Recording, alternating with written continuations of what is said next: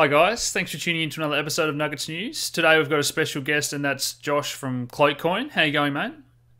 Good, thanks, mate. Yeah, hasn't been long since we last saw each other, so good to see you again. We caught up in Sydney the other day when I was there, guys, and we had a fantastic talk about privacy and data and how a lot of people don't realise what's going on behind the scenes and how it's going to change very quickly in the future. And we both believe there's a bit of a shift coming, a bit of a revolution. So we're going to chat about all that today, mate. But what's your background and how did you go down this rabbit hole?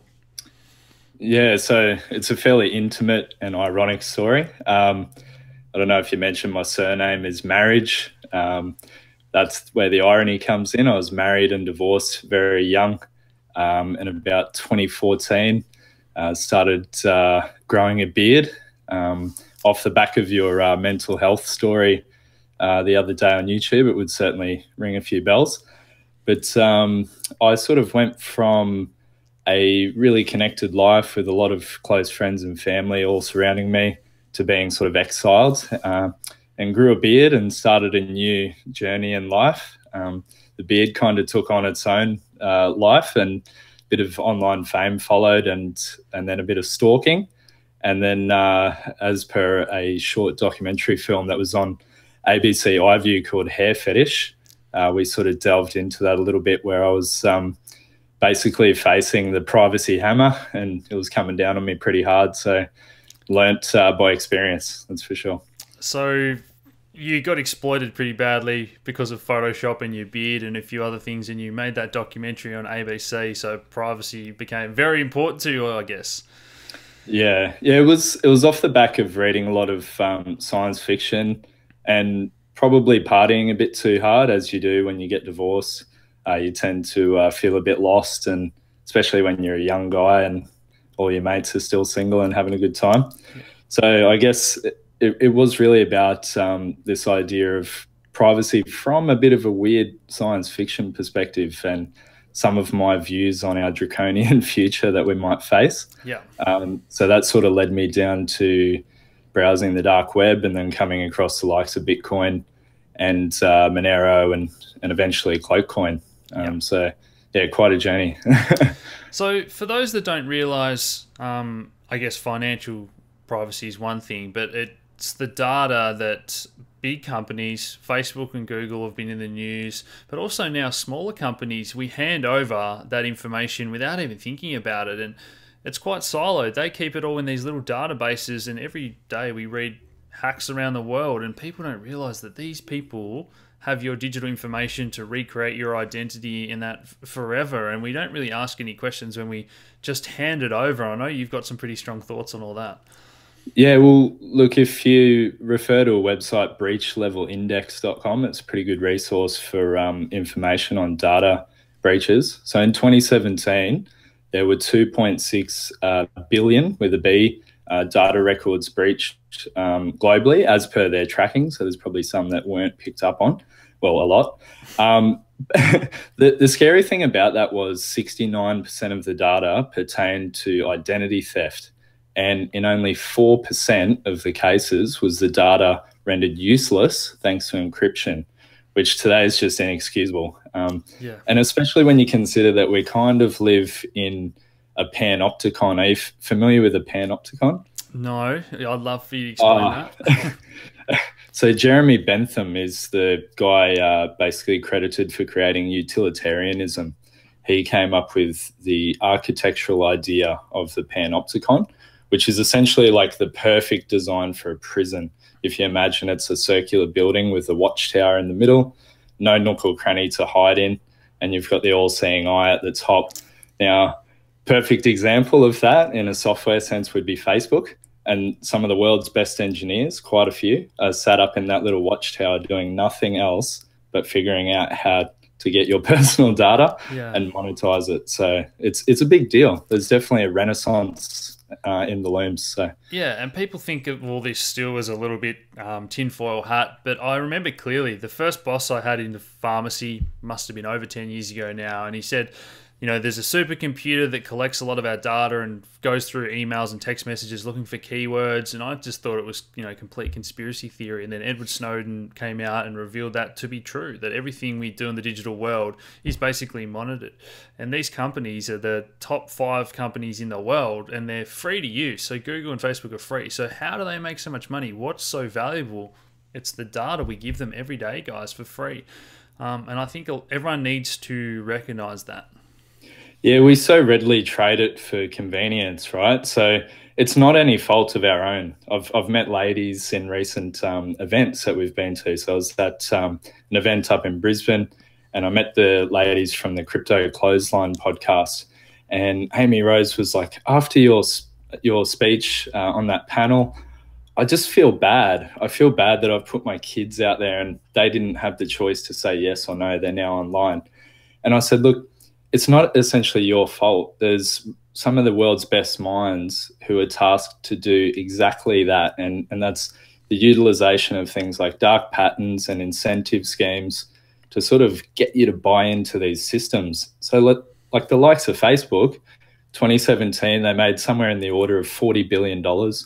And around in the high 90s of percentage-wise, they made the majority of that money off targeted advertising, which is essentially packaged up personal data sold to whoever wants to buy it for marketing purposes or other things like Cambridge Analytica, as we've seen. And I guess from a business perspective, you've got the likes of Mark Zuckerberg, if you're out there watching. He sort of goes out in the media and he will say things along the lines of privacy is a thing of the past, or we see historically privacy's dead, all these, sensationalist headlines.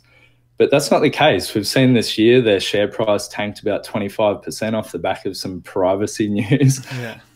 And then he's well known for purchasing the 4 properties around the perimeter of his Palo Alto home, which is essentially a veil of privacy. He's not renting them out. They're not, they're not filled with engineers coding away. And so it's a luxury good that's how they're trying to paint it, as a luxury good, which is completely wrong. Yeah, and it's a conversation or a debate that you can go back and forth as long as you want. People say, well, if you've got nothing to hide, what are you worried about? But, that's like, well, why do you draw your curtains at night? Why do you lock your front door if you've got nothing to hide? And everyone has some level where they believe is acceptable. And I think a lot of people don't realize that level is being overstepped because of how it quietly happens in the background. It accumulates. And if something gets hacked in the future, what happens once someone else has your identity, particularly in some of these more developing countries where that's not really, you can't just walk into your local Centrelink and say, hey, this happened. I need you to cancel these cards at your local bank and, a couple of trips and that's sorted. You could be gone forever, digital identity, all your money's gone, your life's ruined forever. It sounds a bit melodramatic, but any thoughts on that? No, that's a really fair statement, because you can sort of look at things from a couple of angles. One is the fact that surveillance essentially hinders human development. It changes behavior. That's the whole point, right? That's why prisons are designed the way they are. It's to mediate people's behavior, to send them off in a certain direction. Then you've also got the identity side. Like here in Australia, there's companies around here trying to bridge the gap between us and Indonesia, the GMT +8 time zone. There's a lot of people in that area who are unbanked. And when you think about privacy from that identity perspective, a really good analogy is when you shop online. You've got 2 schools of thought in terms of data. You got your payment details and your personal details. And what happens is credit card companies, they have to hedge the risk because they're so vulnerable to fraud with payments, that they essentially get you to pay for that insurance with your personal details. But then you sort of run into the other issue from a privacy perspective, where crypto is fixing a lot of these issues with the money side, but then later on, there's all the personal details side. So hopefully we can lead the way and bridge the gap, as I mentioned before, whereby crypto isn't going to be the technology that the masses first gravitate towards. It's going to be other instances of privacy enablement, and hopefully we meet somewhere in the middle, and we've done the R&D and they've done the social movement, and we've got our own social movement. So hopefully we push that together and we really make this big next wave of change. And I read something in Entrepreneur magazine recently. I don't really read it very often, but it popped up on my Google alerts, and they were saying that in the past, the billion user companies like Google and Facebook, they've been built on the back of collecting data. But we're seeing a shift now where the real value proposition is the next billion user company being the one that protects data instead of collects it. So I feel there's a privacy renaissance coming, and that's why I'm always touting pay with crypto, not your privacy. Yeah. So super passionate about it. Yeah. As you can imagine. I agree. There's as I said, we hear these stories about what data are they collecting, and we all know that if you've been searching for, running shoes online, then all the ads flash up. Well, not anymore, because I obviously use the Brave browser and I've got no tracking or anything like that, guys. But I mean, we hear instances of people talking about going on holiday, and the microphones in their phones pick up on that, and then the holiday ads start flashing up. And again, we've seen people come out and say, yes, this is definitely happening, or no, it's definitely not, using your camera and your microphone. But so many people will tell you stories of when it has happened to them. And I know personally it's happened in those flash ups to things that I haven't typed or searched about. Yeah, well, you think about like the industries that have grown off the back of this sort of collection of data and then the joining of dots. You got to think like, if you use a service on Firefox called Lightbeam, it's a little plugin you can get. It sort of maps out the breadth of different connections with third-party companies just from searching a few things, clicking a few websites, and it gets out of hand. Like, it's overwhelming, right? So there's huge industries built off the back of that, mostly around marketing, because marketing is how you sell people's data, right? Yeah. So imagine a future where it's our payment information, every single transaction. That is scary, because when you put your money where your mouth is and you purchase something, that's like the truest expression of your conscious stream that you can imagine. It's like you're actually paying for something, and you're saying a lot about yourself and what you like. So that scares me a little. I think we need to move away from that idea. We've already seen instances now where they will change the price of goods depending on your spending habits and interests. And there's videos out there on YouTube where two people have two different laptops, and one's got the tracking data in it and one's brand new, and they'll search for those sand shoes. And if Amazon, I think it is, if they know you've been searching for sand shoes, you'll pay full price. Whereas if they're not really sure, maybe there's a few specials pop up. And that's pretty scary that in the future, I know we spoke about the other day, barcodes on and no pricing on shelves. So you'll go to the grocery with your basket of goods, and two people will have the same basket of goods, but you'll pay different prices for everything depending on, if they know you like that and you buy that every week, they'll put the price up. And maybe the overweight person starts paying more for their sugary things if they've got diabetes, because the government knows, well, we're paying tax dollars for their insulin at the pharmacy. And this is all going to go full circle, and it's already happening, which people don't realize. Yeah, like a lot of the time, like this idea of privacy, it's actually like a really basic fundamental truth for us as a species, right? It's not so much about hiding anything in particular other than your shame. We all care what other people think, right? So when you have this discussion with people that just don't quite get it, you can go and tell them the huge, lengthy history of privacy and point them off in all the right directions, but they might not be motivated. That's because like the price of privacy or the cost of privacy, it's often not realized until it's already been paid. Yeah. So like one example I use quite often is you'll say, hey, Alex, pass us your pay slip. And I'll open that envelope and I'll just smack it on the notice board in the work lunchroom. And I'll say, everyone come in and check out how much Alex gets paid. And it sort of puts it into perspective for people. It's not just a cybersecurity thing. It's not just a means of, enabling human expression and being able to do things, behind a closed door. It's also this whole social interaction of people. It's part of our nature. It's really critical to democracy. There's a whole bunch of things that it really feeds into. So I think, you know, I'm obviously in a position with CloakCoin where I get to really drill this home for people and really express my passion. But I think there's still a long way to go. Like people just, they like convenience. It's like, oh, but I can just do this and do that. It's easy, big deal. Yeah. And there's a few blockchain companies working on this. So I know Civic, Bron ID. When you go to log into a website or create an account, it has the, you know, your Google and your Facebook identity. In the future, hopefully we have something that's cryptographic, so you can click on that and that's your digital identity and you have the key, so people can't steal your passwords and so on. And it's a little bit more protected. But we're seeing decentralized media now, you know, Steam and that, but it's still very clunky, and it's going to take a generation, I think, to shift, because we're kind of seeing that now as some of the really young kids, you know, their grandparents and their parents are on Facebook and it's no longer cool. So everything ebbs and flows, I guess, but we're a long way off having these truly decentralized platforms that protect your data. Yeah, I like everything's about incentive-based feedback loops, right? Like everything from a software perspective, you really notice this, and it's really evident with something like Facebook.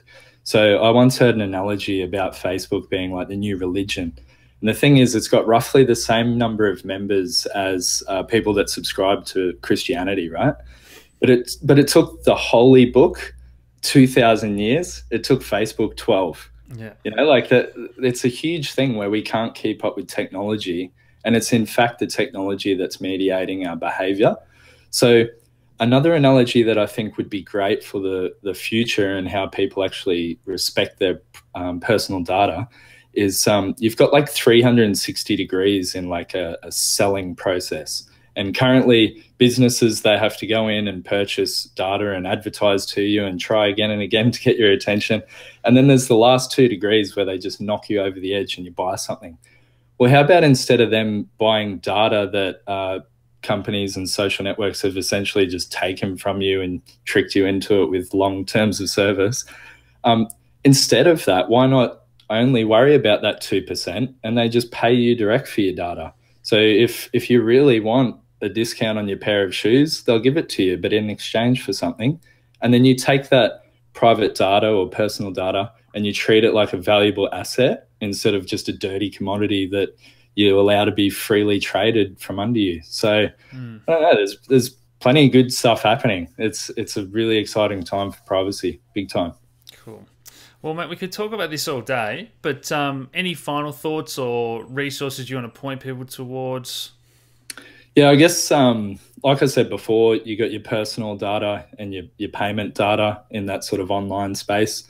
I'm obviously with CloakCoin, so I'm going to be a little bit biased. As an untraceable proof of stake coin, we're definitely community run, self-funded, no ICO, launched back in June 2014. So if you want to find out more about Cloak, you can check out cloakcoin.com. And then if you want to get amongst this conversation and this movement, I do a lot of weird, fun privacy stuff over at hushmoney.club. That'll lead you to our secret society of sorts. It's like a privacy coin owners club. Instead of playing poker, we do these like anonymous meetups where we use pseudonyms before we actually meet in person. And you got to like match each other up. Whoever matches the most people up wins half the kitty.